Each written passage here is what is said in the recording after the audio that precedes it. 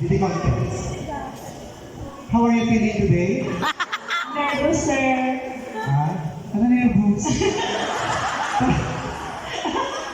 Ang ganda sir. Feeling grateful, sir. Yes, be grateful. Kasi matatanong ako ng speaker. Yes, that's the spirit. Classmate ko si Cheryl nung college kami, okay?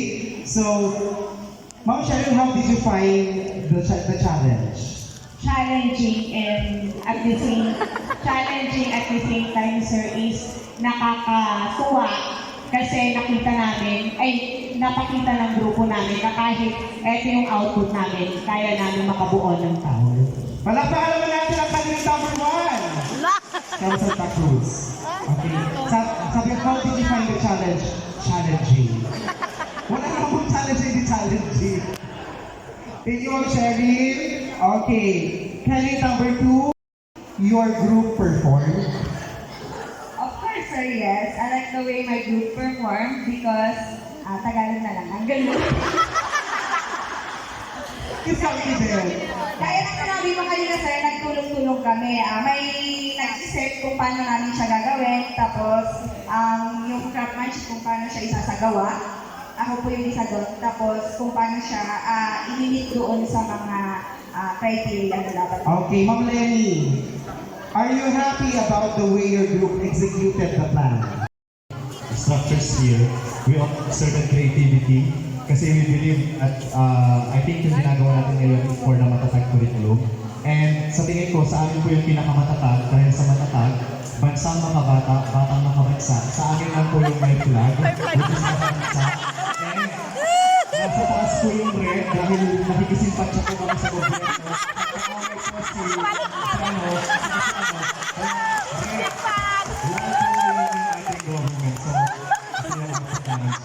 Okay, very well said.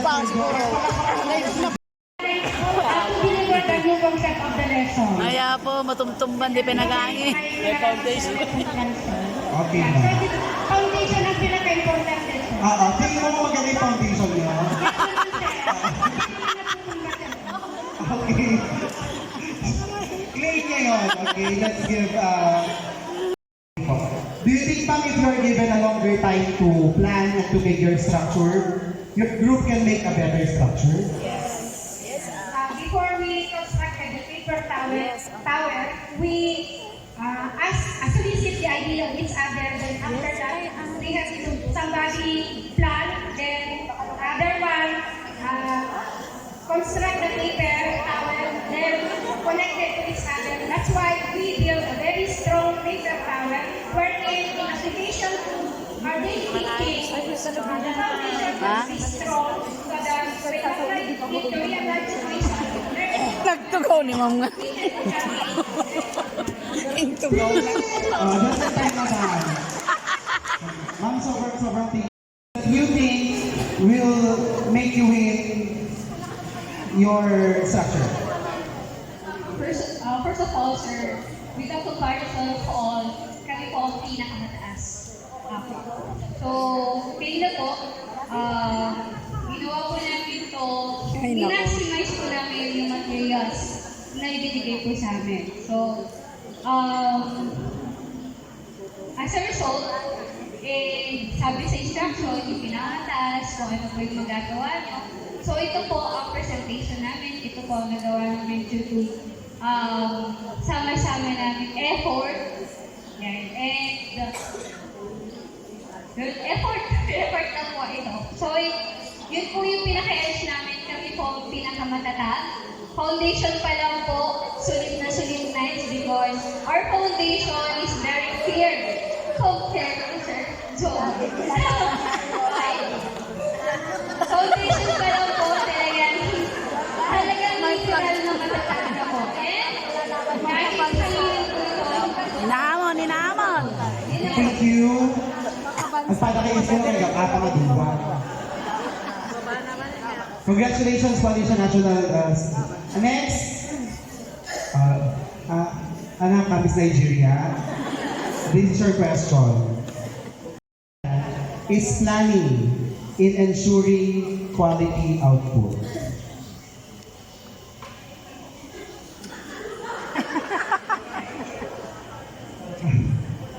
how crucial or how important is planning in ensuring quality output?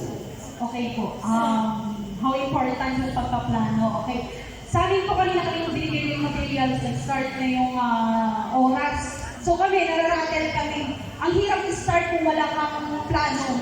So ang naisip po namin, dahil sabi ninyo, may points yung pataasan at patibayan. Inisip po namin mabuti kung ano yung dapat ilalagay namin para maging strong yung foundation. Tapos, na plano namin yung foundation at yung nasa taas, mas magaan para tumayo siya ng ganyan. Babalik, babalik. Tapos, yung reflection po namin sa lesson plan, dapat solid yung support system. Wala pa tayo sa lesson plan, ma'am. Andun lang tayo sa ano. Pero nag-gets ko pa yung point niyo. Thank you, madam. Thank you. Ay, ikaw na ba, ma'am? Nasa yung mic, ano? Okay. So this is the question. In 3 words, how will you describe your output? Thank you, sir, for the quiz. Oh, 6 words na yan. 3 words lang, sir. Thank you, sir, for that. Oh, pang-anim na. Sir, maganda at pinag-isipan talaga. Okay. Tibay, maganda at pinag-isipan. Sino pang hindi natatanong? Okay. Ma'am Elsa, the same question. In 3 words, how will you describe your... Words, matatag, matatag, matatag. Okay. Matatag, matatag, matatag. Okay. Very, confident. And Ma'am Tindy, to wrap up, Ma'am Tina, okay, to wrap up this Q&A portion, if you are the judge, sinong mananalo? Aling instruction ang mananalo dito? Okay, so kung ako po ang magiging judge, syempre meron muna tayong measure na gagamitin. Ma'am, Ay, 50%. 50% kasi yung height, Okay. 30% ang kanyang tibay, and 20% ang aesthetics. Ma'am, ituro mo lang. Syempre, kailangan mo na silang gadaan sa kamay kong totoong matibay. Wala silang Di ba, pa. sir? Kitain ko ang papayso. Ngayon kasi ito, Judge, kunyari lang. Ito. Hindi, ma'am. Ayaw.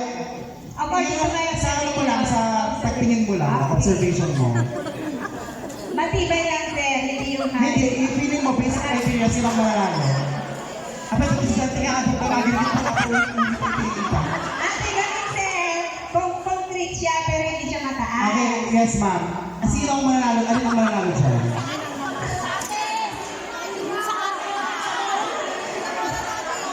What's your best?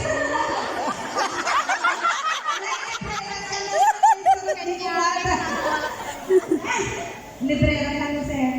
Oo, sige, go.